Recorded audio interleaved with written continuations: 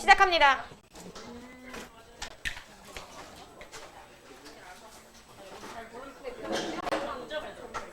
고전시가 8입니다. 8 보기 읽고 갈게요. 140쪽. 140쪽입니다. 140쪽이라고 기집애들아. 내가 고전시가라 그랬어 계속? 네, 죄송합니다. 고전 산문입니다. 고전 산문. 네, 잘났습니다. 화가 나서 수업을 못하겠네. 140쪽이라고! 4번 보기 갑니다. 천수석은 혼인을 둘러싼 가문 간의 갈등과 그 해결을 과정을 다루고 있는 작품이다. 밑줄 칠게요. 혼인을 둘러싼 가문 간의 갈등, 그 해결 과정을 다루고 있는 작품. 이게 주된 줄거리가 되겠죠.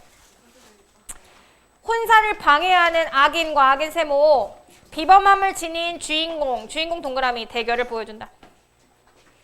특히 주인공과 조력자들은 자신의 지위를 이용하는 악인 및 그 주변 인물들과 대결할 때 밑줄 칠 거야. 지위를 이용하는 악인이래.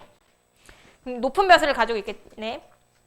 그 주변 인물들과 대결할 때 각자 다른 대응 방식을 보여주는데 이러한 대응 방식이 여장 모티프, 대응 방식 중에 여장 모티프가 있나봐요. 결합돼서 악인과 그 주변 인물들을 공경에 빠뜨리면서 통쾌함을 주고 있다. 자, 보겠습니다. 천수석. 천수석입니다. 가보죠. 위광미라는 남자가 있어요. 위광미. 이 부인과 결혼했습니다. 이 위광미 씨에게는 3명의 부인이 있는데요. 첫째 부인은 죽었고 이 부인은 둘째 부인입니다. 그리고 한 명의 부인이 더 있어요. 어쨌든 이 둘 사이에는 위보형이라는 아들이 있습니다. 그리고 지금 이 위보형과 그 설오경이 이라는 사람이 약혼 중입니다. 약혼. 결혼을 하려고 하고 있어요. 이 설오경은요. 누구 딸내미냐면 설정문. 네, 딸내미입니다. 이 둘이 결연을 맺으려고 하는데 결혼을 하려고 하는데 방해하는 세력이 있어요. 누구냐면 간문추라는 국구라는 높은 벼슬을 갖고 있어요.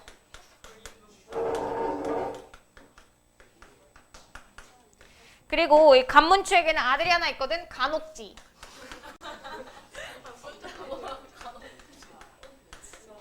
이렇게 아들이 하나 있습니다. 이 간문추가 이 둘 사이를 떼놓고 이렇게 연결시켜주고 싶은 거야. 이렇게. 오케이? 연결시키고 싶어서 악한 행위를 합니다. 본문으로 가보겠습니다. 다음날 새벽 설부인은 2일 이 계략입니다. 간문추의 계략. 2일은 간문추의 계략입니다. 간문추의 계략을 글로 써서 설정문, 누구의 아버지라고? 설오경의 아버지라고 했죠. 설정문에게 걱정되는 바를 몰래 알리면서 급히 와서 위광미와 의논하여 바삐 결혼을 서두르라고 했다. 즉 간문추가 지금 계략을 벌이고 있으니까 이 둘 사이에 결혼을 빨리 진행시켜야 될 것 같아 라고 했대. 정당에 함께 모여있던 설정문 부부는 시녀가 바친 설부인의 그 편지를 읽다가 미처 다 보지도 못하고 얼굴이 굳어지며 경악하여 말을 잇지 못하고 분노를 터뜨렸다. 간국구가 간문추입니다. 간문추, 높은 벼슬. 우리를 어찌 이렇게 능멸한단 말인가? 설정문의 부인 장씨도 탄식을 금치 못했다. 장씨군요. 네. 이렇게 됩니다. 장씨도. 네. 우리 아이가 깊은 방에 금옥처럼 비유죠. 금옥처럼. 몸을 잘 감추고 지켰거늘. 즉 오경이를 집 밖으로 잘 안 내보냈대. 잘 안 내보내고 잘 지켰는데 숨겼던 이름이 어디로 어떻게 누설되어 이와 같은 간사한 이의 흉계를 만날 줄 알았겠습니까? 설정문 아버지가 화가 나면서 분해하면서 수레를 타고 가서 위광미 형제들을 만나 대책을 의논하다가 탄식하여 말했다. 딸아이의 여자 방 행실은 깊이 숨겨 드러나지 않았습니다.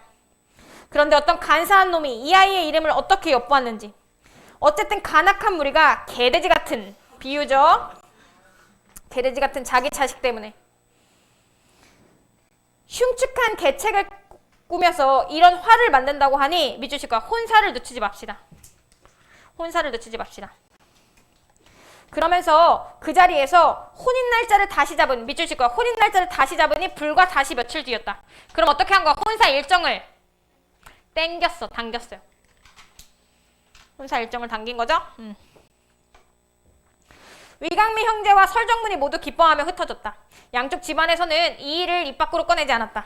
다만 위강미가 어머니에게만 R&D. 어머니 누구겠어? 할머니겠죠? 네, 할머니에게만 R&D. 조용히 예복을 준비했다. 마침내 혼산날이 되었다. 양부인이 누구냐면요, 위강미 셋째 부인입니다. 양부인이 그제야 소식을 듣고 분함에 밑줄 쳐. 분함에 취정이란 사람을 보고 말했대. 자, 그럼 누구랑 누가 결혼한다는 소식에 화가 난 거야? 위보영과 서로경이 결혼한다는 사실에 양부인이 화가 났대요. 그럼 사실 이 일은 누가 꾸민 거라는 거 알 수 있어요? 오케이, 이렇게 됩니다.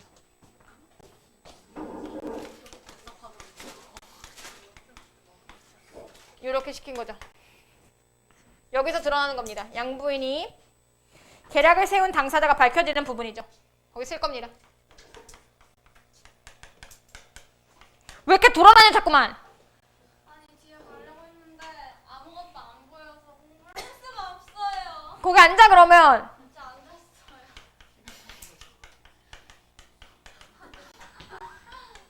계략을 세운 당사자가 밝혀진. 야, 눈을 안경을 그만 걷겠는데 안 보여? 아니 이거 보이는데 너무. 알았어. 자, 됐습니다. 설신의 딸을 그러면 무조건 납치해서 간씨 조카의 좋은 짝으로 만들려고 했는데 묘한 계책이 뭐겠어? 오경과 간옥지를 결혼시키려고 했던 계획이겠죠. 시행되기도 전에 집안 식구들이 나를 속이고 뜻밖의 혼인 준비를 마쳤다. 이 모든 것이 분하고 원통하니 이 씨가 밑줄 칠 거야. 이 씨가 어진 며느리로 자식들을 빚내서 득이양양하는 꼴을 어찌 본단 말인가. 이거죠. 이것 때문에 계략을 벌인 거야. 누가? 양씨가. 양씨가 누구를 질투하고 있는 거야? 둘째 와이프를 질투하고 있는 거야. 이 부인 시기와 질투를 하고 있어요. 이 씨에 대한 시기심. 이게 원인입니다. 말을 마치고 급히 국고 간문추에게 사람을 보내서 이 사실을 알리고 도중에 서로경을 납치하게 했다. 그리고는 짐짓 미소를 띠며 밑줄 치자. 미소를 띠며 밝은 얼굴로 식장에 참석했다. 굉장히 위선적이죠. 음흉함. 네, 음흉. 한편 설씨 집안에서는 혼수를 정성껏 장만하였으나 가는 도중에 혹시라도 생길 수 있는 화를 막을 계책이 정해지지 않았다. 그때 마침 금이교의 이극용 밑줄 칠게요. 이극용과 설정문은 막역한 사이였고 친구가 있대. 설정문 친구 이극용 친구야. 네, 무관입니다. 무관. 집안끼리도 교류가 있었다. 설정문이 이 일을 이극용에게 상의했다. 이 일이 뭐겠어? 혹시 납치당할까봐 걱정된다. 이 얘기겠죠. 이리 와.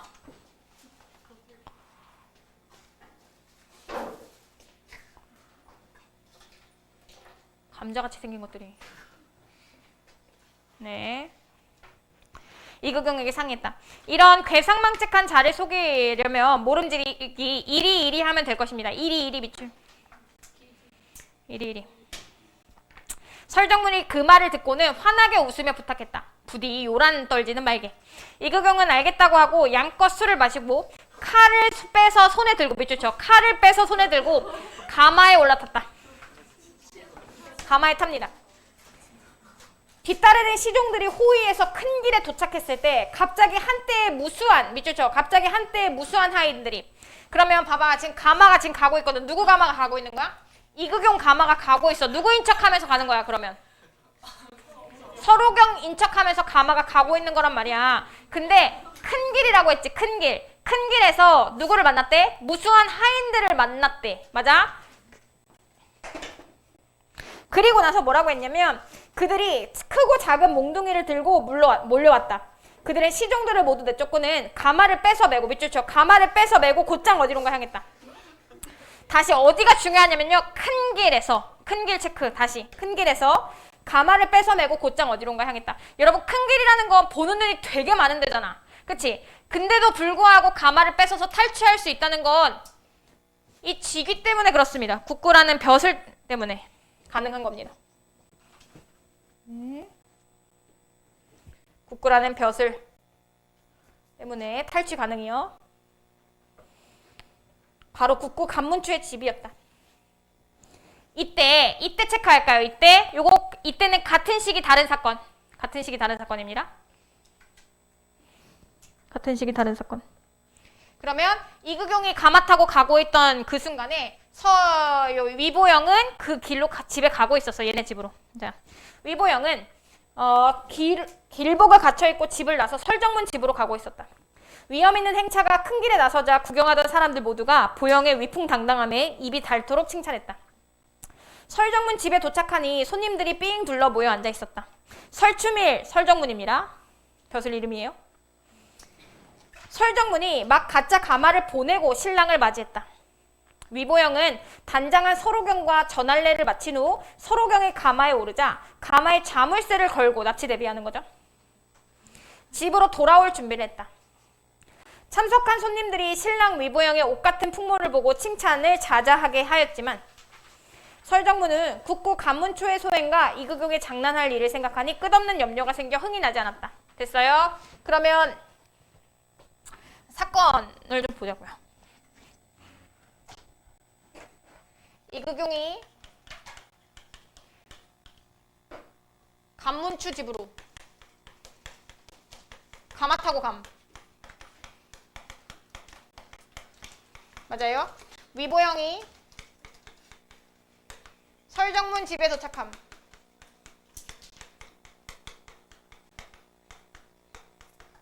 이렇게 되는 거죠.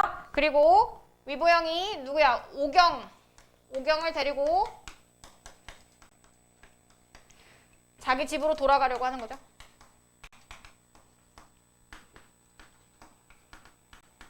여기까지 본 거죠, 우리 지금. 계속 갑니다. 그때 위보영의 눈에 차이를 친 곳에서, 암막 커튼 같은 걸 친 곳에서 신부 서로경의 행동 거지를 살피며 눈동자를 바삐 굴리고 안쪽을 살피는 계집종 하나가 눈에 띄었다. 밑주실 거야. 위보영이 마음을 비추는 거울과 같은 눈으로 어찌 잘 못 보겠는가? 당연히 잘 보겠지. 서술자의 개입입니다. 위보영이 마음을 비추는 거울과 같은 눈으로 잘못 볼 일이 있겠어? 당연히 잘 알아봤겠지. 이런 뜻이요. 자세히 보니 여우 같은 맵시, 쥐와 같은 꾸밈새, 비유, 벌의 눈과 전갈 같은 정령, 간사한 걸 비유하고 있죠. 지금 간사함. 지니고 있는데 남자 몸으로 여자로 변해서 음양을 바꾼 것이었다. 외당으로 나와 시종에게 슬며시 명령해서 난간 아래에 있는 계집종을 서원으로 잡아 대령하게 했다.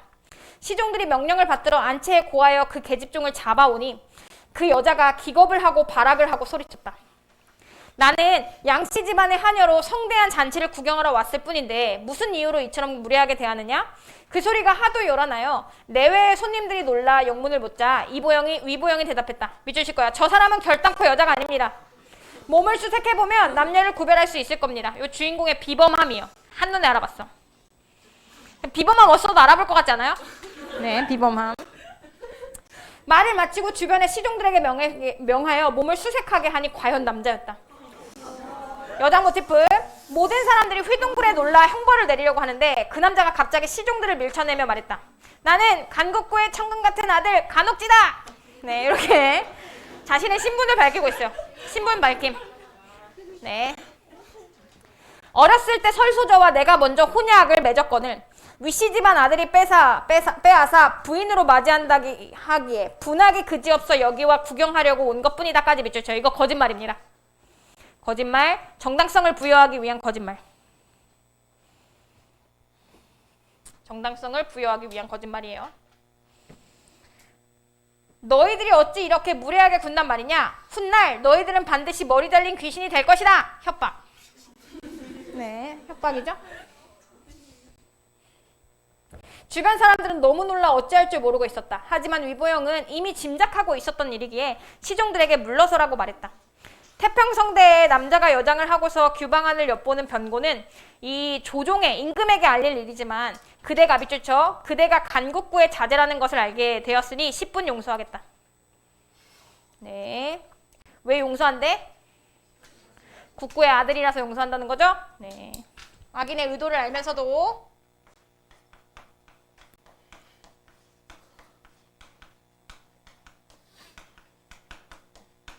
용서해 주기로 합니다. 국구의 신분 때문에.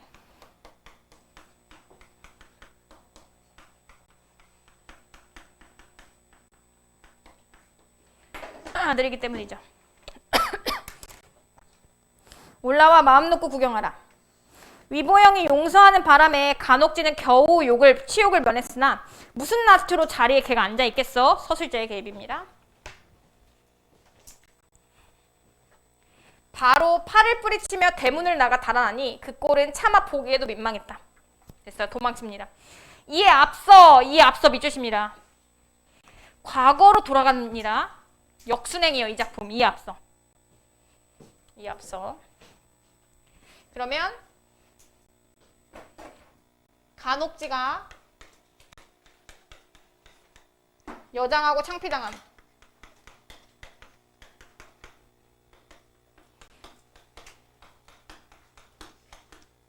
이것보다 먼저 일어난 사건입니다. 이것보다 먼저 일어나는 걸로 돌아갈 거야. 국구 간문추의 시종들이 서로경에 타고 오는 가마를 뺏어서 곧장 간국구의 집으로 왔다. 간국구의 집으로 왔습니다. 됐어요. 간국구의 집으로 왔다. 국구 간문추 부자는 정중하게 주변을 물리치고 가마문을 열었다. 그곳에 모인 안팎의 손님들과 아랫사람들은 이미 오경의 아름다운 이름을 우레같이 들어왔기 때문에 저마다 빨리 보고 그 이름을 헛되지 않음을 확인하고자 했다. 부인네들 역시 오경을 구경하고자 병풍을 친 듯 둘러섰다.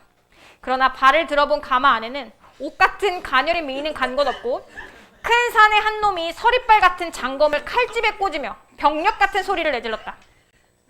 나는 금포 장군인데 국구께서는 무슨 일로 저를 데려온 것입니까? 밑줄 쳐.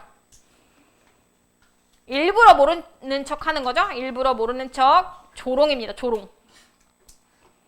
일부러 모르는 척 조롱.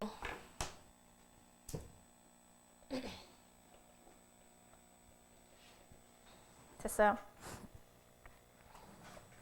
말을 마치고 갑옷을 입고 투구를 쓰고 왼손에 장검을 들고 오른손에는 철 도리깨를 쥐고 서서히 가마 밖으로 나왔다. 이런 거 일종의 극적 반전이 됩니다. 극적 반전.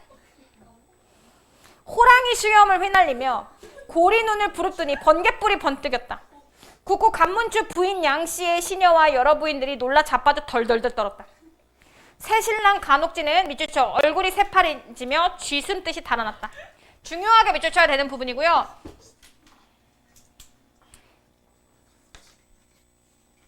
요 전에 일어난 사건입니다. 방금 이거. 간국구가 정체를 밝힌. 아니 누구냐? 이극용이 정체 밝힌. 이렇게 가야 합니다. 역순행이고요. 그러면 봐봐. 간옥지가 놀랐다고 했잖아. 창피해서 숨었다고 했잖아. 숨고 그 후에 여장하고 나타난 겁니다. 오케이? 이렇게 갑니다. 네. 간옥지가 창피해서 숨고 여기서 먼저 숨고 그 다음에 여장하고 나타난 것. 조심히 보셔야 됩니다. 네. 됐나요? 주제는요. 혼인을 둘러싼 가문 간의 갈등과 권선징악. 혼인을 둘러싼 가문 간의 갈등, 권선징악. 혼인을 둘러싼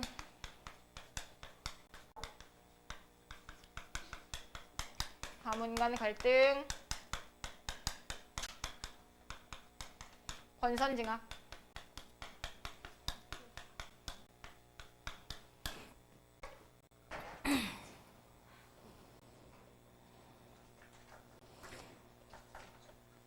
됐나요? 오케이. 수군 갑니다. 고전 시각, 고전 소설 9 수군 갑니다.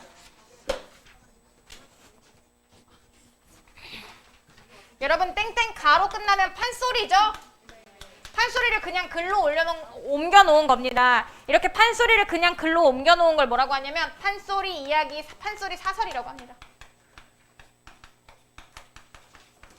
이 판소리 사설, 판소리를 그대로 글로 옮겨놓은 거기 때문에 그 판소리의 장단이 다 들어가 있어요. 안일이와 일단 창으로 구분되죠. 안일이는 가락을 붙이지 않고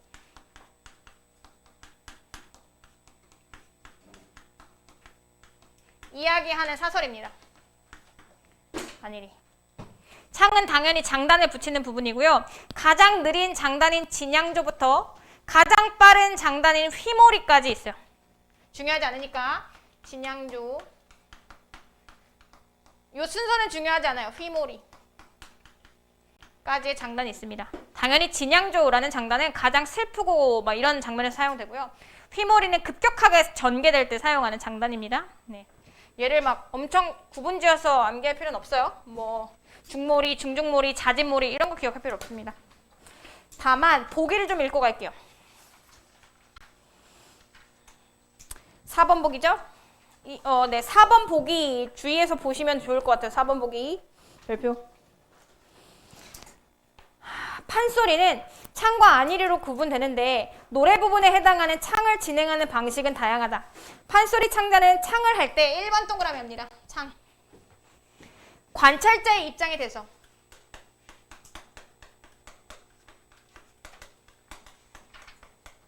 관찰자의 입장에 대해서 특정 장면이나 사물에 대해서 파악한 내용을 한정적 전달하기도 하고 그렇죠. 관찰했을 뿐이니까 다 밝혀줄 수는 없는 거죠. 한정적 전달하기도 하고 2번 작중인물의 대화를 재현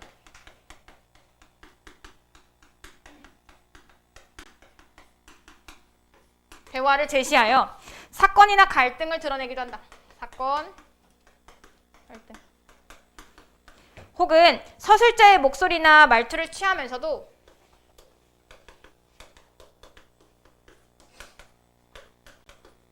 취하면서도 작중 인물의 사고와 감정을 투영시켜서 전달하는 경우도 있다.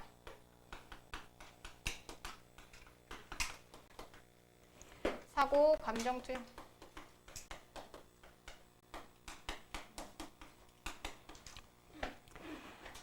이때 창자는 서술자로서 자신의 신념이나 태도를 감추고 작중 인물의 입장이나 상황을 중점적으로 묘사한다.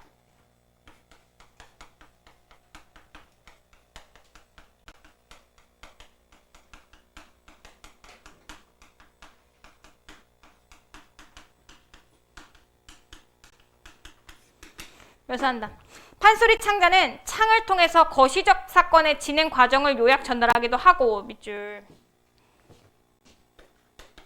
진행 과정 요약 전달하기도 하고 작중 인물의 속마음을 독백 형식으로 드러내기도 한다. 5번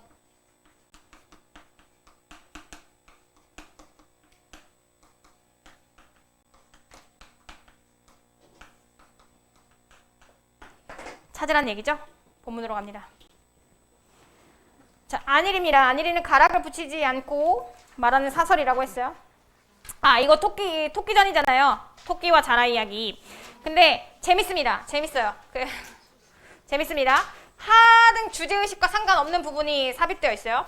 별주부가 화상 토끼 그림을 받아들고 생각하니 이 토끼 그림을 받아들고 거의 몽타주잖아. 몽타주를 받아들고 육지로 가야 되는 상황인 거야. 근데 지금 어디 있어? 자라? 물속에 있잖아. 그러면 토끼 그림이 젖겠지. 그래서 봐봐. 어디다 넣어야 물이 한 점 안 묻을까? 생각하다 못해요. 목을 길게 빼. 목을 길게 빼. 그런 후에 목덜미에다가 턱 화상을 넣었어. 여기다 턱 화상을 넣어. 그러면 젖지 않겠지. 왜 젖지 않아? 목을 집어넣으면 되잖아. 그걸로. 그래서 밑줄 칠 겁니다. 목을 길게 빼어 목덜미에다가 턱 화상을 넣고 보니 신체적 특징이죠. 신체적 특징으로 보관합니다. 신체적 특징, 보관. 네, 보관. 자, 이만하면 수로 만리를 무사히 다녀와도 물 한 점 묻을 길이 없겠구나. 용왕께 하직 인사하고 자기 집으로 돌아오니 별주부 모친이 세상, 육지입니다. 육지로 간다는 말을 듣고 한번 만류해보는데 시도입니다. 진양조 가장 느린 자락이라고 했죠. 여봐라 주부야 여봐라 주부야 네가 세상을 간다 하니 무엇하러 가려고 하느냐. 3대 독자 네가 아니겠느냐. 장탄식 병이든들 누가 알뜰히 지켜서 네 몸이 죽어져서 오이영 까마귀입니다. 까마귀의 밥이든들 누가 손뼉을 두드리며 휘어 날려줄 이가 누가 있더란 말이냐. 가지 마라 주부야 가지를 말라면 말아라.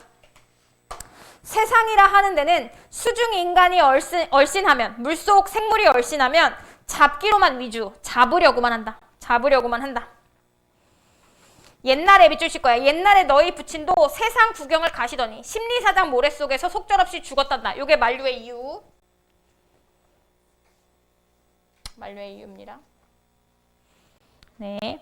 못 가느니라 나를 죽여 이 자리에 묻고 가면 네가 세상을 가지마는 살려두고는 못 가느니라 주부야 위방불에 가지를 마라. 위방불이 뭐야? 위험한 곳에 가지를 마라. 이렇게 됩니다. 계속 가죠. 안일이 나라에 환우가 개없어 용왕의 병이 있어 이런 뜻이겠죠. 나라에 용왕의 병이 있어서 약을 구하러 가는데 무슨 풍파가 있겠습니까? 내 자식 충심이 그러한 줄 내가 이미 알았지만은 네가 세상을 간다 하기로 너의 의지와 기계를 시험해보기 위해서 밑줄 쳐. 네가 세상을 간다고 하기로 너의 의지와 기계를 시험해보기 위해서 만류를 하였구나. 그러면 일부러 만류를 했대. 내 아들이 진짜 절개가 있는 애인지 확인해 보려고. 이런 거 윤리적 가치를 강조하는 당시의 세계관 볼 수 있죠. 윤리적 가치를 강조하는 표현입니다. 네 충성심이 그러할진데 수로 만리를 무사히 다녀오도록 해라 하고 허락해 줍니다. 별주부 모친께 하직 인사하고 침실로 들어와 부인의 손길을 잡고 당상의 백발 모친 몸이 평안하시기는 부인에게 달려있소 하고 당부하고 있죠. 우리 엄마 잘 부탁한다고 당부합니다. 별주부 마누라가 울며불며 나오더니 여보 나리 세상 간다는 말이 웬 말이오. 위수파강 깊은 물에 양주 두 마리 자라요. 두 마리 자라가 마주떠서 맛 좋은 흥미 부부간의 즐거움 보던 일을 이제는 다 버리고 만리청산 가신다니 이제 가면 언제 와요? 가기는 가되 못 잊고 가는 것이 있네. 무엇을 그다지 못 잊냐면 군신유의, 장한충성, 조정사직을 못 잊어. 밑줄 쳐. 군신유의, 장한충성, 조정사직을 못 잊어. 네, 별주부의 충성심 칭찬.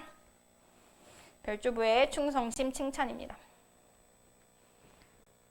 그리고 규중의 젊은 아내는 절행지사를 못 잊어요. 밑줄 쳐. 부인인 내가 의리를 지키겠다 이런 뜻입니다. 너에 대한 의리를 지킬게. 못 잊어요. 너는 이 충성심을 못 잊고 나는 너를 기다리면서 의리를 못 잊고. 그랬더니 별주부가 하는 말 보세요.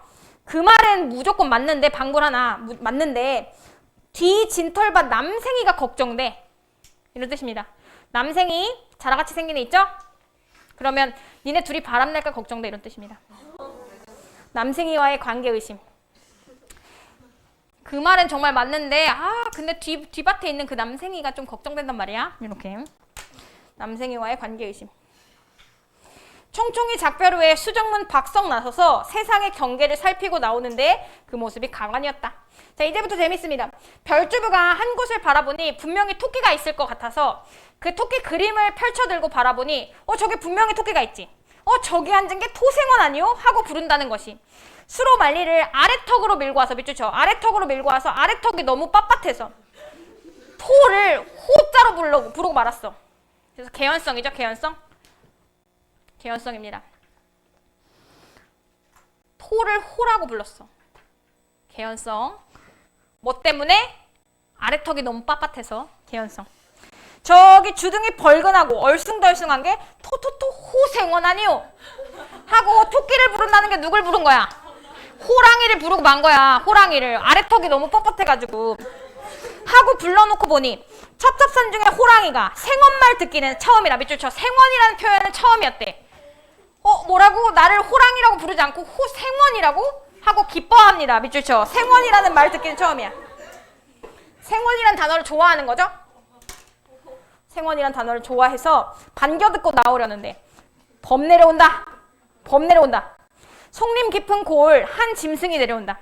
누의 머리를 흔들며부터 묵자. 누의 머리를 흔들며 양기가 쭉 찢어지고 몸은 얼숭덜숭 꼬리는 잔뜩 한 발 30cm가 넘고 둥이 같은 뒷다리 전통 같은 앞다리 새납 같은 발톱으로 엄동설한 백설 같은 모습으로 잔디뿌리 왕모래에 좌르르르 헤치며 주홍잎을 떡 벌리고 자라 앞에 가서 우뚝 서서 흥행흥행하는 소리 산천이 뒤엎고 땅이 툭 깨지는 듯까지 붙고요.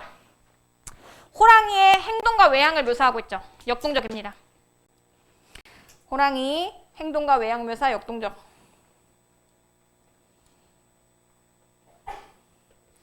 자라가 깜짝 놀라서 목을 움츠리고 가만히 엎드려 있을 때 호랑이가 내려와 보니 아무것도 없고 누워버린 새똥 같은 것밖에 없어. 그러면 자라가 어떻게 한 거야? 그 목이랑 손발을 다 넣어버린 거야. 껍데기만 남았잖아. 그걸 뭐라고 표현했냐면 누워버린 새똥 같은 것밖에 없다라고 표현한 겁니다. 비유입니다. 비유.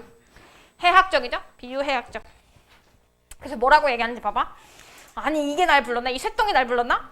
이리 보아도 둥글 저리 보아도 둥글 우둥글 납작이냐. 아무 대답이 없으니 아마 이게 하나님 똥인가 보다. 하나님 똥. 하나님 똥을 먹으면 만병통치를 한다더라. 다 온몸이 다 남는다더라. 그 억센 발톱으로 자라 복판을 꽉 찢고 먹기로 작정을 하니 자라가 겨우 입만 삐꼼하고 내밀어서 우리 통성명 합시다.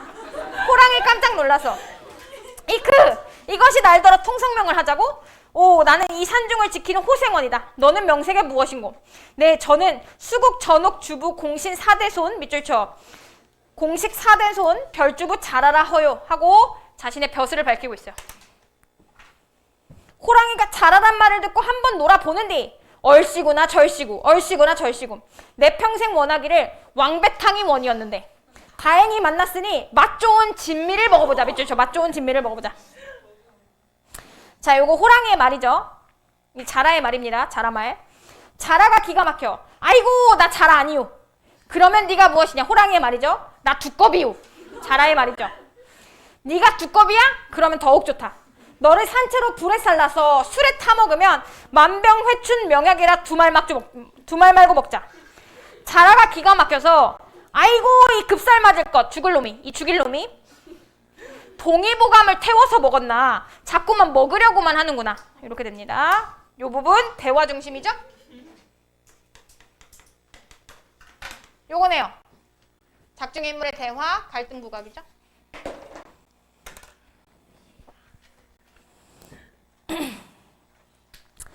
아니리 별주부가 이때 한 꾀를 냈어. 밑줄 쳐. 순발력. 얼른 목을 길게 빼서 호랑이 앞으로 바짝 달려들었어. 목을 원래 입만 쪼똑 나왔었잖아. 근데 갑자기 목을 쫙 뺀 거야. 달려든 거야. 자, 목 나가오. 호랑이 깜짝 놀라. 아, 그만 나오시오. 그만 나와. 이렇듯 나오다가는 하루 1,500발 나오겠소. 어찌 그리 목에 들락날락 뒤움치기를 잘하시오? 까지. 그러면 자, 별주부의 순발력을 알 수 있죠.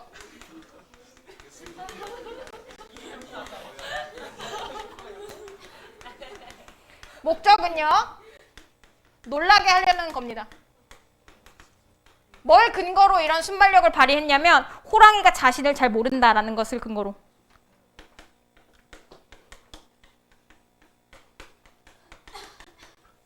주부를 모른다. 자라를.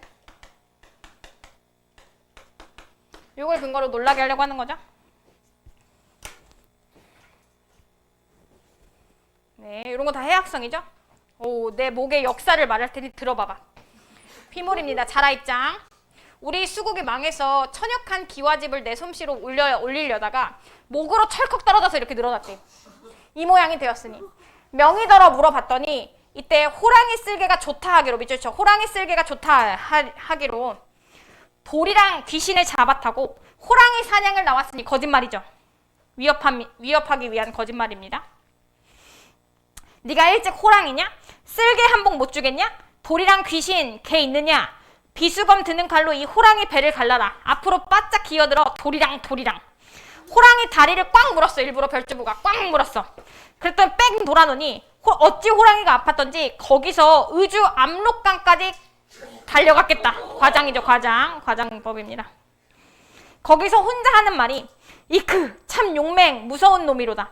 나나 되니까 밑줄 허세. 나나 되니까 여기까지 살아왔지. 다른 놈 같으면 영락없이 꼭 죽었을 것이다. 허세.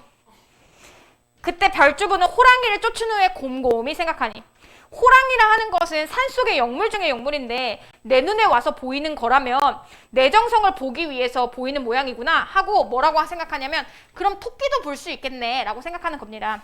그래서 어떻게 하는지 보세요. 목욕을 다시 한번 깨끗하게 하고 다시 산신제를 한번 지내보더라. 누구를 보기 위해서? 토끼를 보기 위해서 기대감을 표출하는 행위입니다. 기대감 표출하는 행위죠. 네, 주제 갈게요. 주제는요, 여러분 전체 주제이기 때문에 사실 수록 부분과 굉장히 상관이 없어요. 자라의 충성심과 토끼의 기지. 자라의 충성심과 토끼의 기지. 지배층의 무능과 지배층 누구겠어? 용왕, 무능과 헛된 욕심 누구겠어? 토끼입니다. 왜 토끼가 수궁으로 끌려가는지 알아요? 벼슬 준다고. 벼슬 준다고 꼬시거든. 이게 주제입니다. 네, 자기 신체적 특징을 10분 활용하는 자라의 이야기였습니다. 그 그림을 감추는 방법이라던가 아니면 호랑이를 놀래키는 방법, 이걸 사용하는 이런 것들이 여러분 우의적인 우화죠. 우화. 우의적. 자라와 토끼 이야기를 하고 있지만 사실은 인간 세계 이야기를 하고 있는 것. 전체가 다 은유인 것. 이게 우화입니다. 하나 더 보죠. 왜 이렇게 빨리 끝나지? 뭐가 이렇게 빨리 끝날까? 아, 그렇군요. 그러면 145쪽에 4번 풀고 갑니다. 4번 풀어봐. 어제도 풀었어.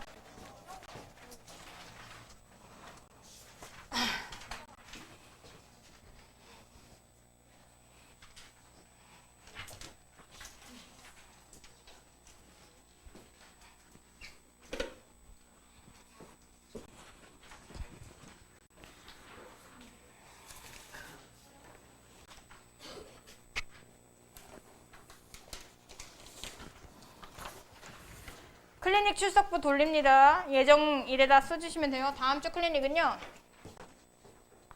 많이 열어드릴게요. 수목금. 수목금. 원래 쌤이 있어야 되는데 그 생일 이슈로 잠깐 빠져봤습니다. 그래서 평일에 쌤이 항상 있을 거예요. 나 있음. 5시부터 10시까지. 5시부터 10시까지인데 그 전에 와서 자료 하고 있으면 되죠, 여러분? 네, 빨리 오시면 그냥 조용히 앉아서 풀고 계시면 됩니다. 언제 오냐고 징징징 좀 그만 대세요. 4시에 와가지고 선생님 왜 클리닉 안 해요? 두들 맞는다 진짜. 네. 그래서 수학관 7층 8강이고요. 여기입니다, 여기. 7층 8강. 네. 토요일, 일요일 나 없음. 자, 토요일은 시간 동일 10시, 6시. 수학관 요 건물 4층 이한과 2강. 이렇게 됩니다. 일요일 수학관 7층 6강.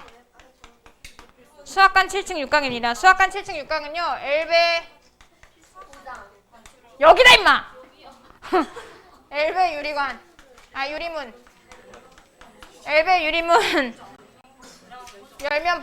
열면 왼쪽. 엘베에서 딱 유리문이 딱 보이잖아. 열고 왼쪽. 유리문이 뭔지 몰라? 외국인이야? 뭐라고?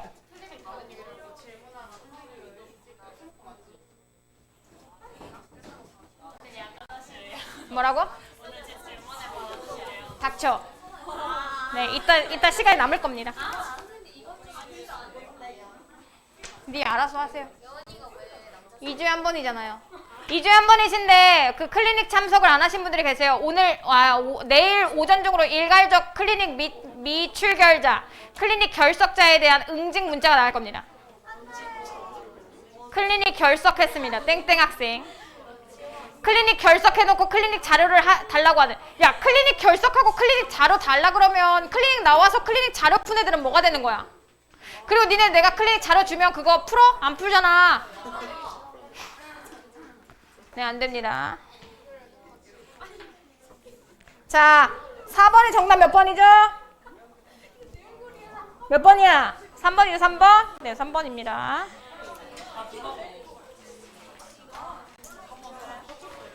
자, 이번에는 심청전입니다. 심청전. 재밌겠죠?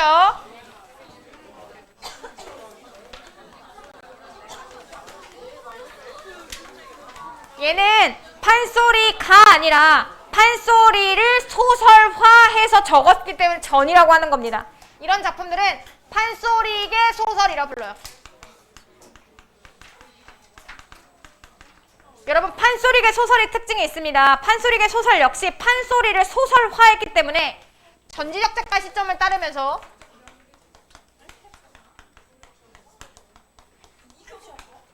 언제나 서술자의 개입이 드러납니다.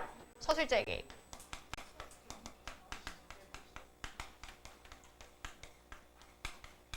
이거 말고 판소리계 소설의 다양한 특징들이 있거든. 뭐 장면의 극대화라던가 아니면은 그 양반의 언어와 평민의 언어가 혼재된다거나 이런 다양한 특징들이 있지만 우리는 이 본문을 해석하기 위해서 이 정도만 봅시다. 전지적 작가 시점, 판소리계 소설은 언제나 전지적 작가 시점, 그리고 요 그 판소리를 하던 그 공연을 하던 사람의 말을 옮겨놓은 거기 때문에 서술자의 개입이 드러날 수밖에 없어요. 봅니다. 심청전. 그 어떤 상황이냐면 심청이가 공양미 300석을 위해서 인당수에 몸을 던졌어. 그리고 아버지와 헤어졌잖아요. 아버지가 심청이가 아버지를 찾기 위해서 전국 곳곳에 방을 붙입니다. 그 봉사들, 뭐라고 해야 되지? 소경들, 눈이 먼 사람들 잔치를 벌려주겠다. 그래서 신봉사가 지금 한양으로 올라가고 있는 상황입니다. 가보죠. 그럭저럭 마친 후에 점심밥을 배부르게 먹고 여인과 하지구의 황성으로 올라갈 때, 그래서 임금이 계신 성으로 올라가고 있습니다. 서울로 올라갈 때 촌촌전진, 천천히 여러 날에 낙수교를 얼른 지나 녹수정에 들어가니 어떤 여인이 부르는 말이, 어떤 여인 동그라미 칠게요. 어떤 여인을 만났어. 서울로 올라가고 있는데 어떤 여인을 만납니다. 저기 가는 신봉사님, 이리 가까이 좀 오십시오. 이리 잠깐 오옵시오. 자, 신봉사님 밑줄 쳐. 신봉사 괴이하여 밑줄 쳐. 괴이하여. 어떤 여인을 만났어. 내가 내 생에 처음 보는 여인이야. 근데 그 사람이 뭐라고 했냐면 거기 가는 신봉사님 이라고 불렀어. 그러니까 신봉사 어떻게 생각해? 이상하다 라고 생각해. 뭐가 이상한 거야? 자기 성을 알고 있잖아. 그죠? 그게 이상한 겁니다. 심청이. 네. 그러면은 김심청 이런 건 줄 알았어? 이심청. 혹시 그러면 심청이라고 생각하는 거 아니지? 청. 네, 합니다. 계속 갑니다. 신봉사님, 이리 잠깐 오옵시오. 기회하여 가까이 들어가니 손을 잡고 인도하여 사랑방으로 안내하여 들어가서 저녁밥을 차려줘. 신봉사 깜짝 놀라서 이상하다, 괴이하다. 날 아는 이가 없는데 어쩐 일로 이렇게 이 사람은 관대하지? 하고 저녁 식사를 먹은 후에 그 여인이 다시 나와서 신봉사는 내당 안주인이 거주하는 방으로 갑시다. 안주인이 거주하는 방으로 안내합니다. 신봉사는 말이 그 밭갓 양반, 그 남편이죠? 남편의 유무는 모르거니와 어찌 아녀자가 거주하는 방으로 들어갈 수 있겠습니까? 무슨 걱정거리가 있습니까? 나는 독경은 못하고, 독경이 뭐냐면요, 그 시각장애인들이 해주는 그런 제사, 무당행위 이잖아요. 전보기 행위 같은 겁니다. 네. 무속의식. 네, 무속의식. 네. 나는 그런 건 못해. 시각 장애인이지만 나는 무속의식 같은 건 못해. 라고 말합니다. 그 여인이 뭐라고 말하냐면, 빨리 잔말 말고 가십시다. 끌려 들어가며 생각하기를 내가 아마도 음란 중에 드나 보다. 네, 난잡한 일에 얽히나 보다. 마루에 올라서서 좌상에 앉은 후에 동쪽에서 한 여인이 하는 말이, 자, 한 여인은 다른 여인입니다. 방금 데리고 왔던 여인과 한 여인은 달라요. 한 여인 체크합니다. 신봉사지요? 그쪽이 신봉사지요? 나를 어찌 아시리오마는 아는 돌이 왜 알고 계시죠? 라고 물어요. 내 성은 안씨오. 그러면 이 한 여인이 안여인이네요. 안여인. 나는 원래 황성에서 살았었는데, 수도에서 살았었는데 불행히 부모 모두가 돌아가시고 노복들, 하인들이 모두 흩어져서 없어지고 이 집을 지키고 있는데 신현이 그때 나이 25세가 되도록 결혼하지 못하고 전복이죠. 전복이. 네. 점을 보는 행위를 배워서, 네, 점수를 배워서 평생을 알아서 먹고 살고 있습니다. 근데 25세가 좋은 운수고 간밤에 꿈을 꿨는데, 꿈 동그라미 칩시다. 안씨 여자가 꿈을 꿨대. 간밤에. 갑자기 하늘에 태양이 떨어져서 강 가운데 잠기거늘 내가 건져서 품에 품어 보기로 즉시 깨어 점을 쳐봤는데 1월 태양은 사람의 눈이야. 1월은 사람의 눈이었다. 태양이 두 눈을 임해. 나와 같은 맹인이란 걸 짐작했다. 1월이 그 물속에 잠겼대. 그래서 나와 같이 눈이 안 보이는 사람이구나 라는 걸 짐작했고, 또 물에 잠겨 보였는데 성씨가 심씨인 줄 짐작했다. 이게 무슨 뜻이냐면요, 여러분, 그 심이라는 한자어가 성으로 쓰일 땐 심으로 읽고요, 그리고 그 일반 어휘에서 쓰일 때는 가라앉을 침으로 써요. 침. 그래서 심씨라고 짐작했대. 가라앉은 모습을 봤더니 심씨겠구나 라고 짐작했다. 그래서 알았대. 꿈을 통해서 신봉사의 정체를 알게 된 거죠. 시비를 내어보내 문전으로 가는 맹인을 차례로 물었는데 다행히 금일 오늘 만나니 연분인가 합니다. 제가 비록 어리석지만 버리시지 않는다면 당신을 받들 것이고 당신의 의향은 어떻습니까? 신봉사 미소를 지으면서 말하기를 말은 너무 좋은데 그러기가 쉽겠습니까? 안씨 맹인 시비를 불러서 술과 안주를 나오게 하고 거주와 그동안의 일을 묻는데 신봉사 전후 신세를 낱낱하게 얘기한 후에 슬프게 울면서 슬퍼하니 안씨 위로하고 그날 밤에 함께 잔 후에 신봉사 아침 전에 일어나서 수심으로 앉아있어. 밑줄 쳐. 신봉사가 아침 전에 일어나서 수심으로 앉아있어. 뭔가 걱정이 가득한 얼굴로 앉아있대. 안씨가 위로하면서 묻는 말이 무슨 근심이 있습니까? 제가 너무 불안합니다. 신봉사 대답하기를 일평생을 두고 본 중 길한 일이 있으면 나쁜 일이 있으니 그걸로 근심합니다. 간밤에 꿈을 꾸니 밑줄 칠게요. 자, 신봉사도 꿈을 꿨대. 간밤에 불 속에 뛰어들었더니 내 가죽을 벗겨서 북으로 만들고 뭔가 이파리가 떨어져 보이니 아무리 생각해도 죽을 꿈이 분명하요 하오 라고 자신의 꿈을 불길한 꿈으로 부정적 해석을 하고 있어요. 신봉사의 해석입니다. 자, 안씨 부인이 다시 해몽해 주기를 신재회중 타다 거피 잡고 하니 입궁지상이다. 입궁지상 밑줄 쳐. 뭐라고? 네 피부를 벗겨서 가죽을 만들었다고? 그거 궁궐로 들어갈 꿈이야. 이런 뜻입니다. 입궁할 꿈이다. 궁궐에 들어갈 꿈이다. 낙엽이 뿌리로 돌아가니 자녀와 상봉할 꿈이다. 하고 누구니? 안씨의 해석은 다르죠?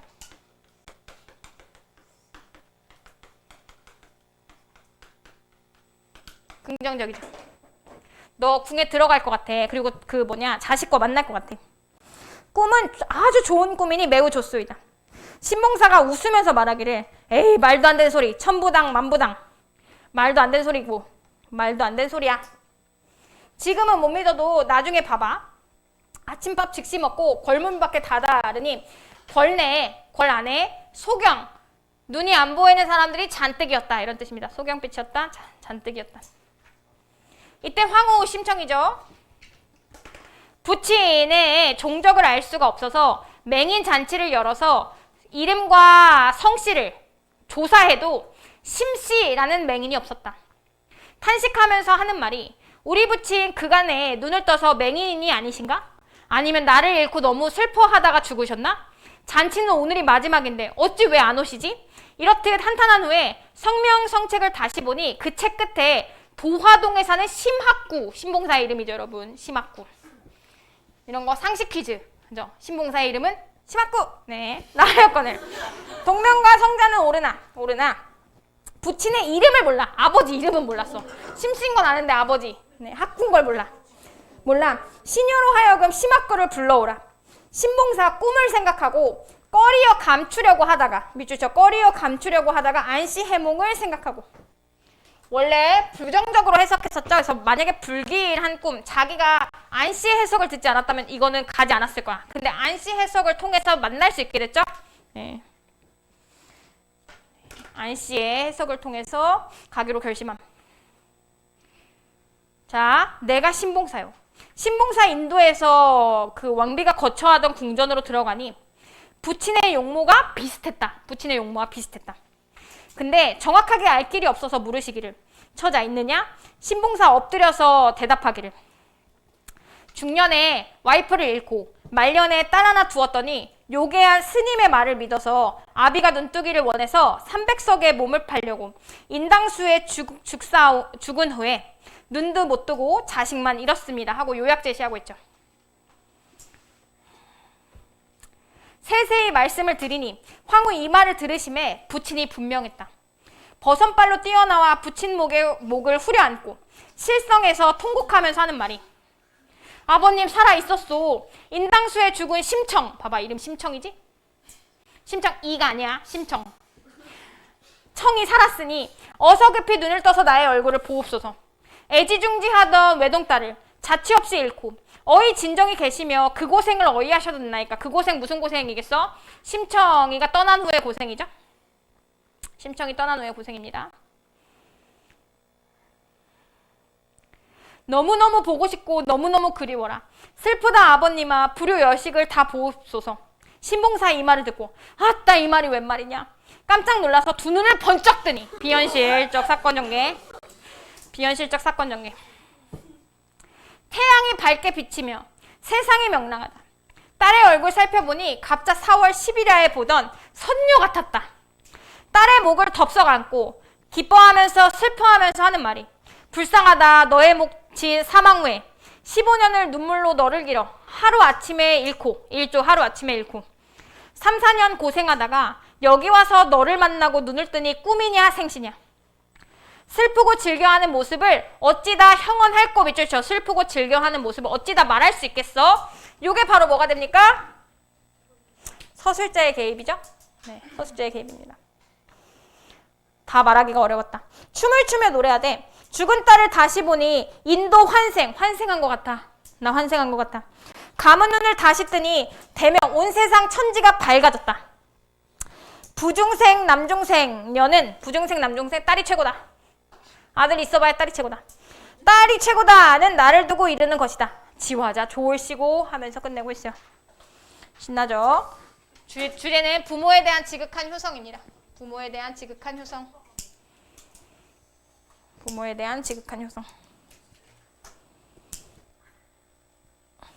클리닉 종이 어디 들고 있어요? 어디 있어요? 누구한테 있어요? 네, 못 쓴 사람. 네, 그럼 뭐야? 근데 왜 거기가 있어? 요렇게 앞으로 주고 요렇게 돌리자. 오케이, 10분간 쉬겠습니다.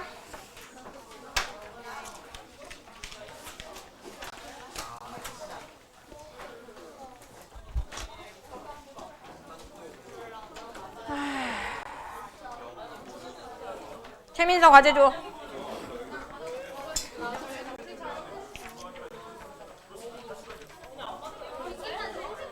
홍서영 과제 줘.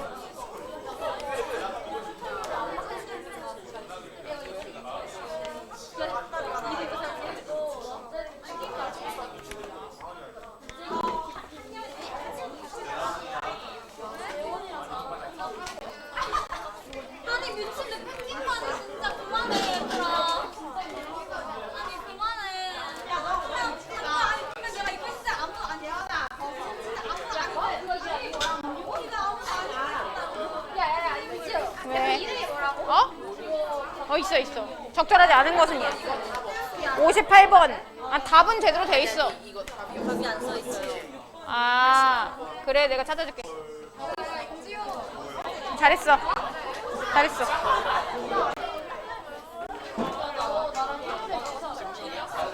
맞아, 답이 밀렸더래. 이따해. 나연아. 쌤이 왜 어쩔 수 없다고 했지?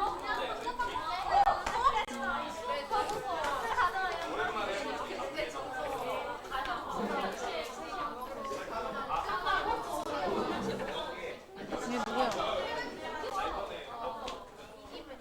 왜 웃어?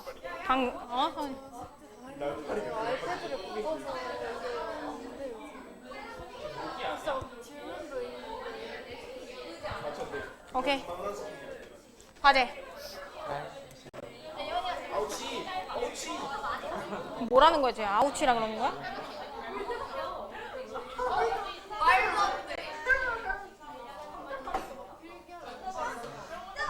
오케이. 과제.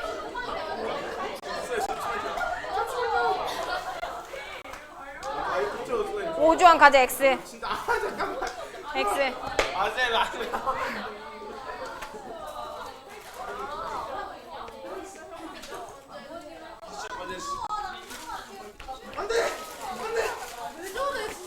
말. 근데 이거 답지가 모르지? 밀렸어. 요 번호 확인하면 된대, 애들이. 어디요? 요. 기다려봐. 오주환 어딨어? 기다려.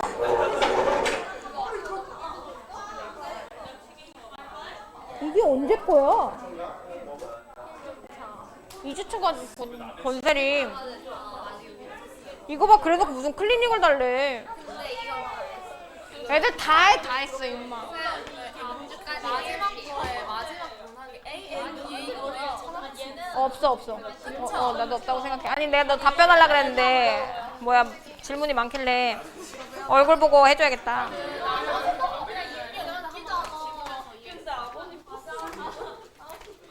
이거 클리닉이잖아. 답지 올려놨어. 장님. 오케이. 왜? 기다려.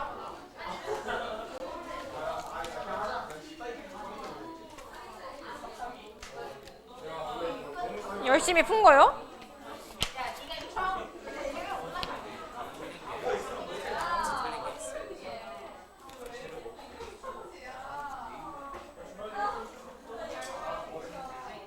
요 번호 보고 풀면 돼.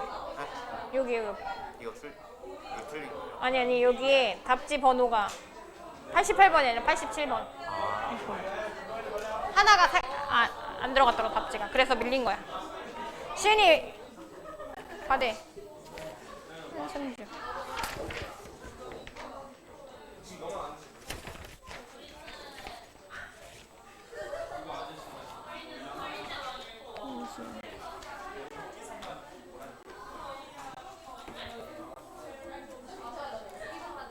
오케이. 뭐 이렇게 잘했어?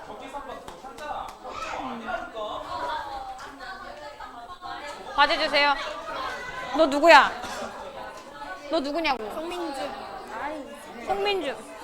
오케이. 질문 이따가. 쌤 시간 줄 거야. 송민주.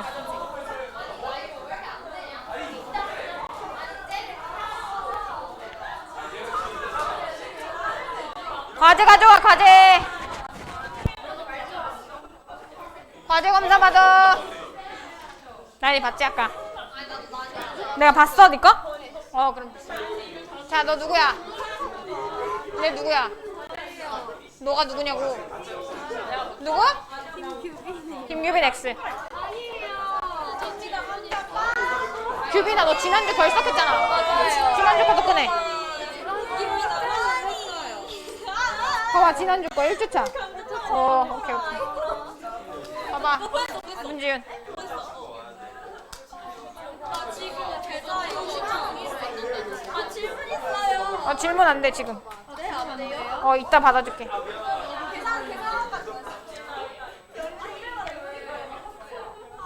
과제.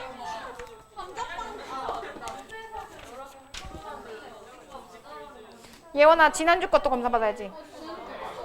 할게요. 쌤, 근데 저 질문 있어요. 이따 해, 이따 해줄게.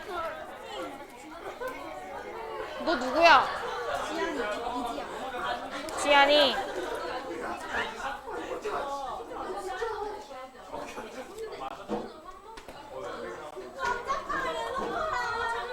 이지안 빨리 줘. X.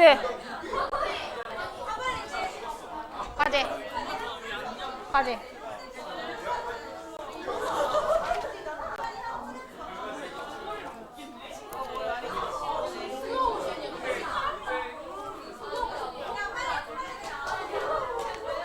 여긴 누구야? 유진이? 지원아, 과제.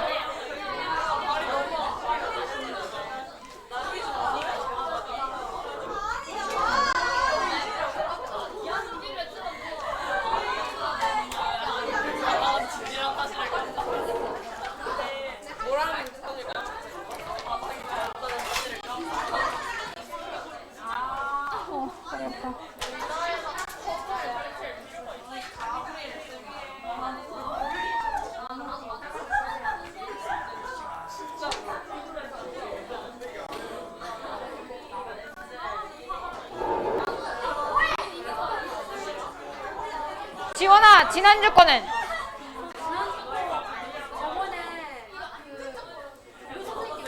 검사 받았어?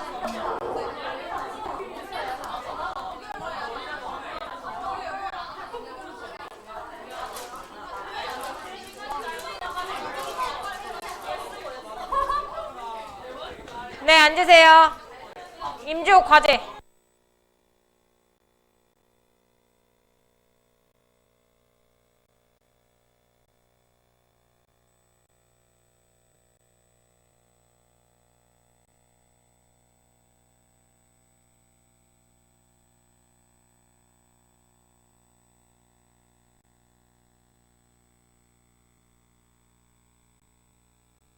아니, 다 어디 갔어, 이것들?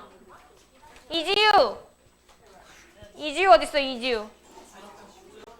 김민선.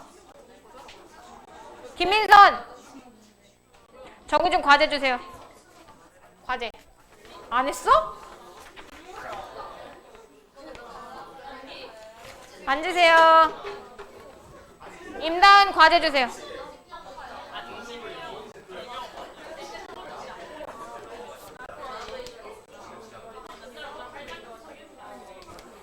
임다은.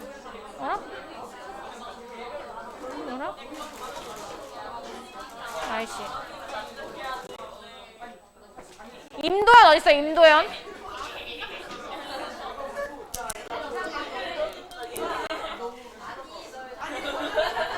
앉으세요. 앉아보세요. 앉으세요.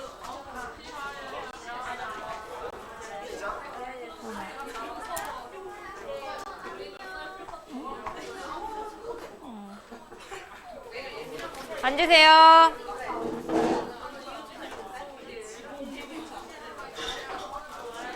박진송, 내가 아까 너 과제 검사했어? 아니야. 얘 누구야 그러면?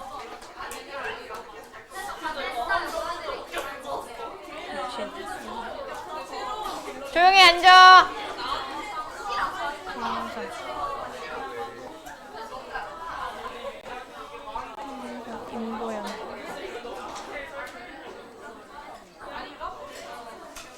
네, 시작할 겁니다. 지연아, 과제. 검사 받아.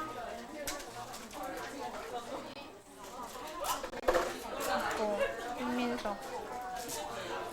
이지우. 이지우 여기 앉았었어? 이지우. 정서은. 조용히 해봐. 정혜윤 언니, 정혜윤. 정혜윤.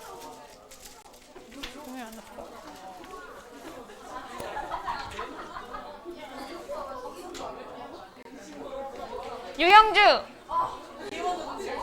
앉아. 조용히 해. 유영주 안 왔나요? 유영주. 네, 해볼게요. 마지막 작품, 오늘 마지막입니다. 지봉전. 이거 하고 여러분 문제 풀고 계시면 쌤 질문 받아 드릴 거예요. 네. 지봉전입니다. 이 작품도 보기를 먼저 읽고 갈게요. 지봉전. 어디냐면 4번 보기겠죠? 당연히 4번 보기 지봉전. 회절 소설이 뭐야? 맞아. 회절 소설은 네. 순수함이 파괴되는 거죠? 네. 갑니다. 조용해봐. 회절 소설의 주인공 남성이 겪는 사건은 위선의 탈로와 취약성의 인정으로 구분된다. 네. 자, 위선의 탈로 1번, 취약성의 인정 2번. 앞의 경우 1번의 경우 주인공이 감추려던 것이 탈로 나서 조롱의 대상이 된다. 밑줄. 네, 조롱의 대상이 돼요. 위선의 탈로는. 뒤의 경우는 취약성의 인정에 같은 경우는 타인의 취약성을 인정하지 않는 경직된 모습을 보여다가 자신의 인간적 취약성을 깨닫고 타인에게 관대한 태도를 갖게 되는 의식의 성장. 어디서부터 밑줄 치냐면요. 자신의 인간적 취약성을 깨닫고 타인에게 관대한 태도를 갖게 되는 의식의 성장. 이 작품이 바로 이겁니다. 지봉전 취약성의 인정이에요. 이 과정에서 인간의 취약성에 너그러운 성숙한 인물을 만나거나 네. 인간의 취약성에 너그러운 성숙한 인물이 누구냐면 임금입니다. 임금. 자신을 사랑해주는 이를 만나는 것과 같은 유의미한 경험을 하게 된다. 회절 소설인 지봉전은 공간의 이동에 따른 인물의 행적과 의식의 변화를 보여준다. 작품에 나타난 공간의 이동은 다음과 같다. 한양, 평양, 한양입니다. 그러니까 어떤 관계냐면 얘도 짤막하게 얘기해 줄게요. 그 김복상이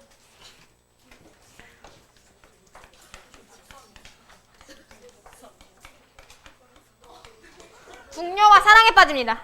한 궁궐 안에서 사랑에 빠져요. 근데 이거를 임금이랑 모든 신하가 알게 됩니다. 근데 임금은 어떤 태도냐면 관대하고 너그러워요. 그래서 둘의 관계를 이해해 주려고 합니다. 근데 그 윤리적으로 굉장히 순수한 지봉은 이 상황에 대해서 그 용납할 수 없어요.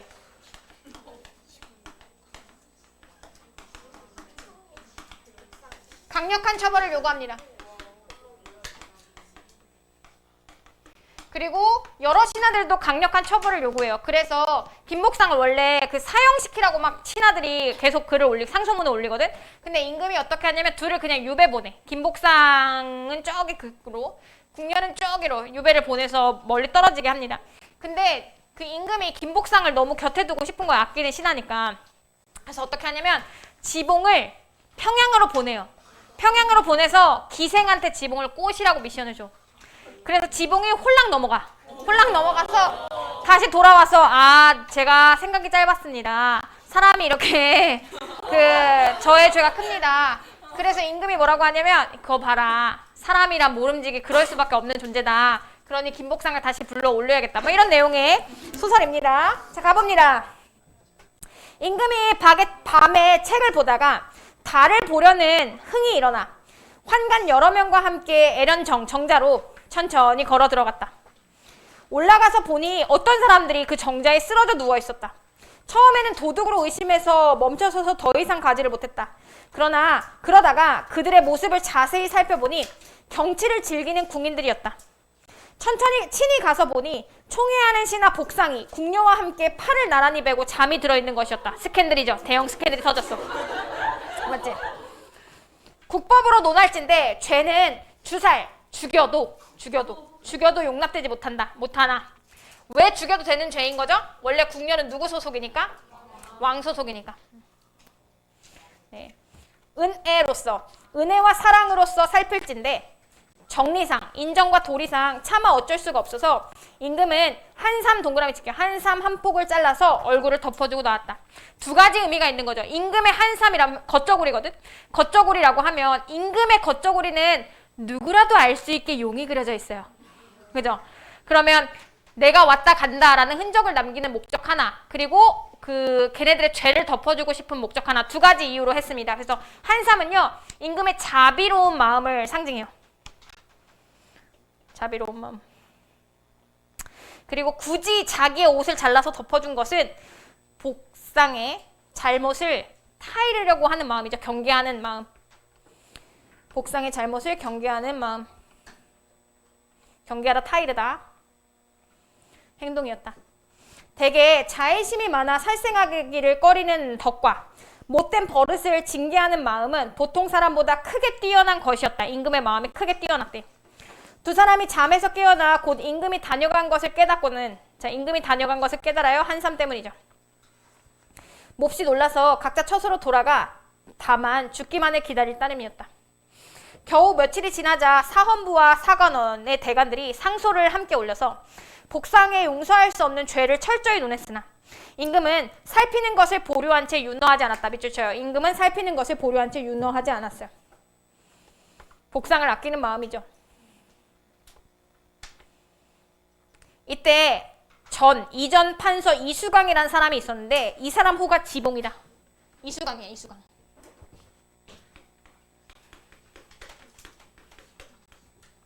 꼿꼿한 사람, 이수강. 바르고 고든 사람이었다. 임금도 항상 그를 공경해서 예를 갖추니 한나라의 신하 그밤이라는 사람과 비교할 만했다. 중국 신하 그밤이라는 사람과 비교할 만했다. 그는 임금에게 급히 백기를 청하는 글을 올리면서 복상을 빨리 참수, 목을 베버려야 국법이 바로 선다고 힘써 아뢰기를 그치지 아니했다. 임금도 하는 수 없어서 사형만은 감하여 복상은 제주도에 보내고 궁녀는 강계에 귀양 보내도록 명했다. 절충안이죠. 일종의 절충안입니다. 죽이진 않았어. 어느 날 임금은 일찍 여러 신하들의 조회를 받았다. 그리고 간단한 잔치에서 술을 마시고 난 후 범의 가죽을 깐 긴 의자, 밑줄 쳐. 범의 가죽을 깐 긴 의자를 하나 내놨어. 이거 도덕성 시험하려고 하는 거예요. 도덕성 시험. 신하들의 도덕성 시험. 범의 가죽을 깐 긴 의자를 하나 내놓고는 환관들로 하여금 내시들로 하여금 다음과 같은 말을 그 자리에 있는 신하들에게 두루 알리도록 했다. 여기 있는 크고 작은 신하들 중 본댁 밖에 첩이 없는 사람만 이 자리에 앉으시오. 그럼 이거 무슨 의도인 거야? 야, 니네 중에 복상보다 떳떳한 애 있으면 나와봐. 이런 뜻이죠. 써줄게요. 복상보다 떳떳한 사람이 있냐? 일종의 힐난입니다.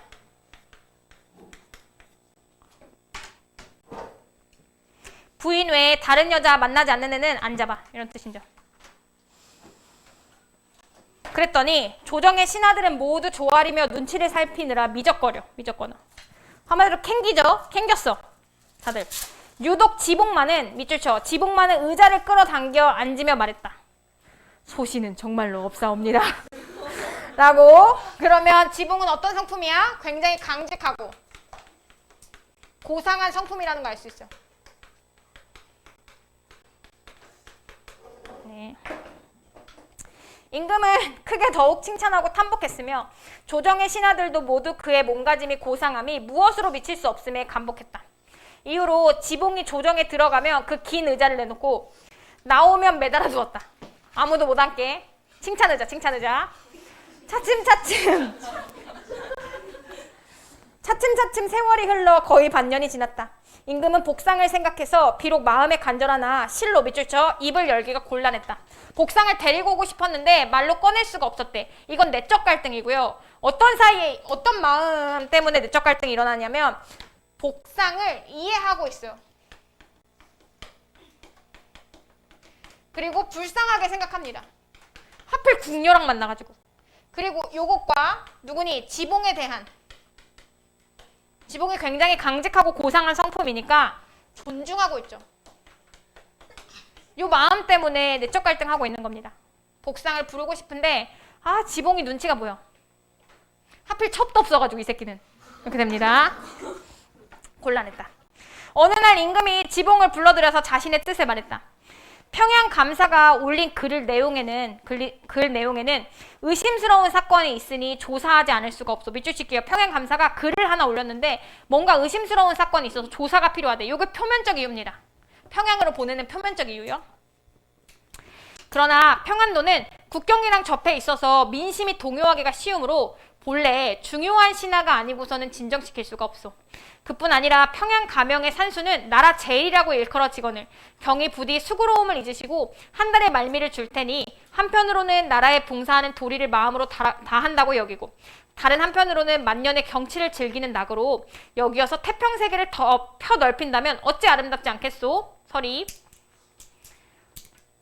네, 조사하고 좀 즐기다 와. 한 달 동안. 박정한 말로 들리겠지만 가주시오. 가주시오 밑줄.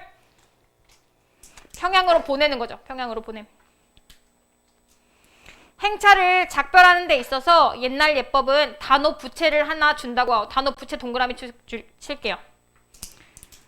부채로서 모름지기 나의 마음을 표하노니 임금의 선물이죠. 단호 부채. 임금의 선물. 나의 마음을 표하노니 경은 사양하지 마시오. 지봉을 평안도로 보낸 임금은 평양 감사에게 은밀히 명령을 내려서 교지 명령입니다. 명령을 내려서 그곳의 기생, 배곡일 거야. 이름이 배곡. 배곡입니다. 기생으로 하여금 지봉을 유혹해 회절시키라고 명한다. 평양에 간 지봉은 노련한 기생 배곡의 유혹에 넘어가 결국 자신의 절개를 깨뜨렸다. 심지어 임금이 준 부채를 곧다가 홀랑 갖다 줍니다.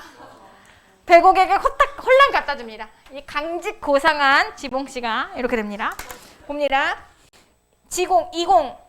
이공이 지봉이겠죠. 이수광이니까 이름이. 지봉은 땅에 엎드린 채 감히 머리를 들지 못하고 대답했다. 저는 마음가짐이 굳지가 못해서 이번 평안도 행차에서 자기가 먼저 스스로 밝히는 겁니다. 밑줄 칠게요. 이번 평안도 행차에서 절개를 깨뜨려 외람되게도 성은으로 하사하신 부채를 감히 정표로 삼았습니다. 그녀에게 줬습니다. 그래서 부채는요. 임금의 선물이자 회절의 증거물입니다.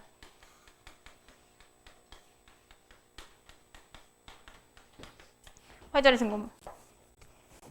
회절의 증거물 삼았습니다. 됐나요? 위선적인 인물은 아니죠? 앞뒤가 다른 인물은 아닙니다. 왜냐하면 자기가 먼저 잘못을 밝히고 있어요. 이렇게 됐다고. 임금 앞에서 어찌 꺼리어 숨기겠습니까? 임금의 명령이 이렇게 되면 소신은 부끄럽고 항공하여 용서받기를 바랄 수가 없습니다. 임금은 칭찬하고 탄복하며 말했다. 나에게 숨김이 없으니 진실로 충직한 신하구나. 임금은 순찰한 일이 어땠는지 직접 묻고 이공이 그것에 대해 아뢰고 나니 임금이 이공에게 술을 내렸다. 이때 배곡 기생이죠. 병풍 뒤에 있었지만 이공은 엎드려 있어서 그녀를 보지 못했다. 배곡이 앞으로 나와 술을 들이니 이공은 엎드린 채 손을 내밀어 받아 마셨다. 탐스러운 쪽진 머리와 옥으로 된 귀걸이, 푸른 옷과 붉은 치마를 한 여자의 모습이 술잔 중에 살짝 비쳤다.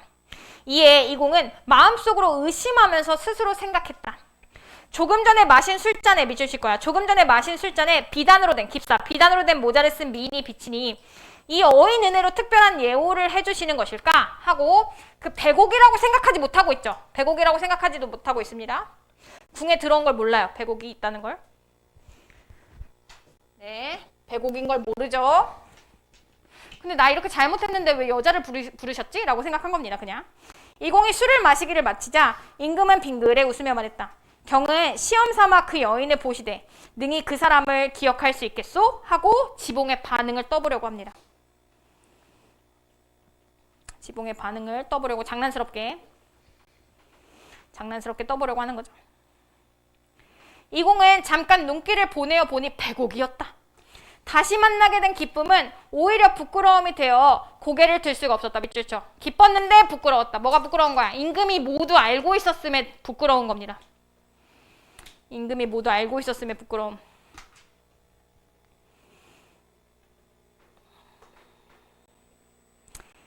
임금의 덕은 하늘 같아서 고요히 부리시는 것이 임금의 덕 밑줄 칠게요. 조화롭고 또 만물을 마음대로 농락하시는데 신도 밑줄 쳐. 신도 또한 그중 하나의 미물, 아주 작은 생물에 불과했습니다. 하고 깨달음을 얻었죠. 아, 임금님이 큰 뜻으로 나에게 이런 시련을 줬구나 하는 깨달음입니다. 다행히 너그럽게 감싸주시는 은혜를 입었으니 어찌 감히 성덕, 임금의 덕이 시종, 처음부터 끝까지 제가 엿보아 헤아릴 수 있겠습니까? 헤아릴 수 없는 임금의 덕에 감사한다 이런 뜻입니다. 임금은 백옥으로 하여금 이공에게, 지봉에게 부채를 돌려주도록 하면서 말했다. 이 물건이 비록 하찮은 것이지만 음양을 거두고 펼치어 능히 경으로 하여금 한판 좋은 인연을 맺게 했으니 진실로 견우직녀를 이어준 두 부채에 못할 것이 없소. 임금은 이에 다음과 같이 자신의 뜻을 말했다. 무릇 초패왕 한우 계속 나오죠. 초패왕 항우의 뛰어난 계략도 옥장에서 슬픈 노래로 눈물을 흘리게 하고, 자 거기서부터 묶을 겁니다. 무릇 초패왕 항우의 뛰어난 계략도 옥장에서 슬픈 노래로 눈물 흘리게 하고, 소식이라는 사람의 큰 절개도 늙어서는 호의에게 정을 의탁했다. 요거 두 개의 사례를 제시하고 있죠. 결국 인간 다 똑같아 의 사례입니다. 역사적 인물.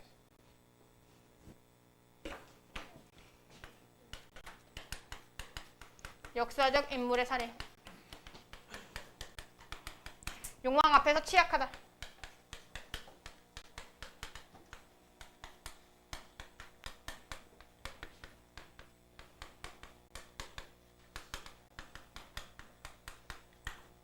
보편적인 거야.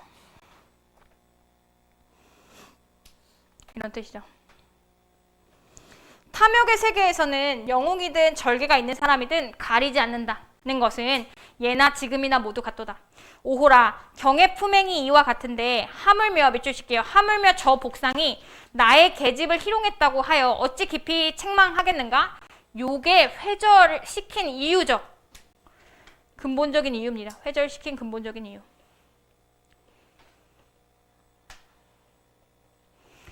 한마디로 뭐라? 복상을 용서해라. 이런 뜻이죠. 그가 나이 어린 젊은이로서 오랫동안 궁궐의 장막에 갇혀 살면서 여자를 생각함이 많고 아내를 두고자 하는 것은 또한 사람의 당연한 마음이거늘 그것이 법에 어긋나는 일이라 하더라도 실제로 나로 인해 빚어진 일이니 별표 칩시다. 자신의 책임도 있다고, 일부 있다고 생각합니다. 임금이 자신의 책임도 있다고 생각.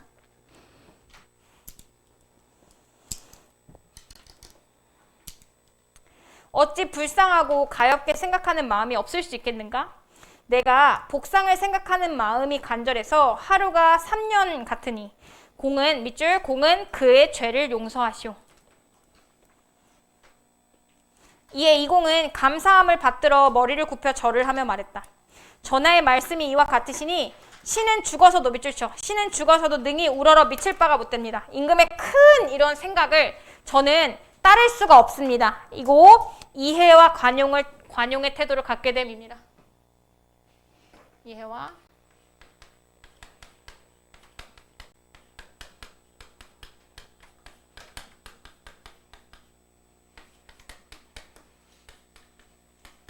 우리 고전소설 11개 봤는데요. 꽤 재밌는 작품들만 있죠?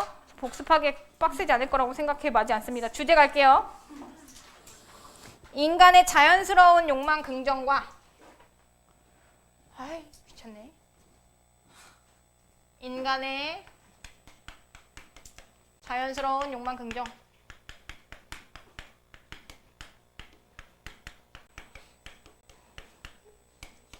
경직된 윤리적 태도 비판.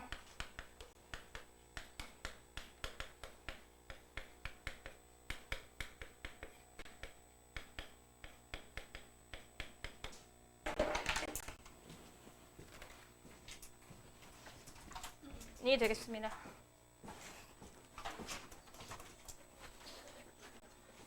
네, 오늘은 여기까지만 할 거여서요. 수특 앞에부터 짜라락 푸시면 됩니다. 6분부터. 쌤은 그 전에 과제 검사 할 거고, 과제 검사 일부 학생들 끝나면 질문 받아드릴 거예요. 일단 푸세요. 수특. 네? 김민서 과제. 왜 없어요? 이지유 과제. 아니 진짜 뭐요? 뭘 아니에요야? 이지유. 이지유 어디 갔냐? 네. 김지연 씨.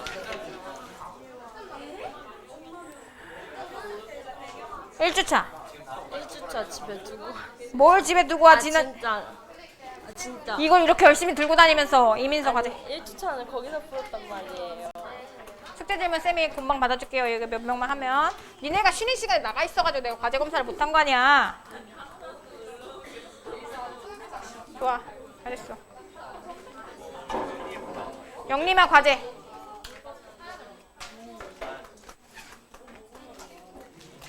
조용히 하고 풀어 이씨. 네 알았어요. 조용님.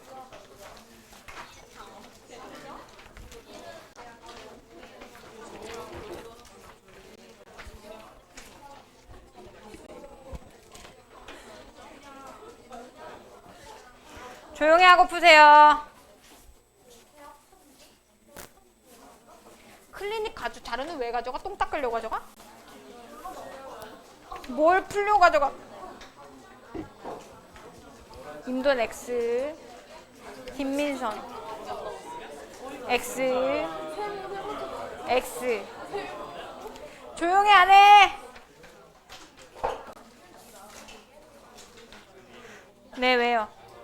질문 뭐요? 간단한 것만 얘기해요. 간단한 거예요. 네 간단하세요. 평선에서 이 부모가 죽은 거 아니었어요?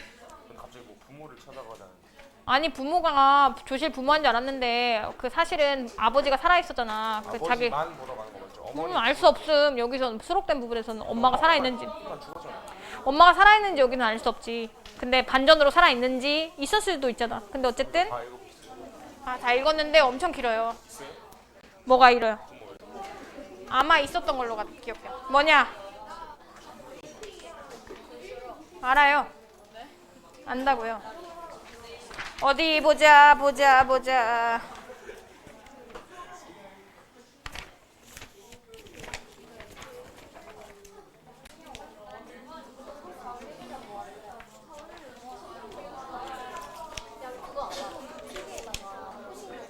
장선아 과제. 안 가져왔어? 그럼 안 한 거. 사실 저요 저. 아 제가 소리 지른 게 아니긴 해요. 조용해. 진짜 두들겨 팬다 진짜. 정서운.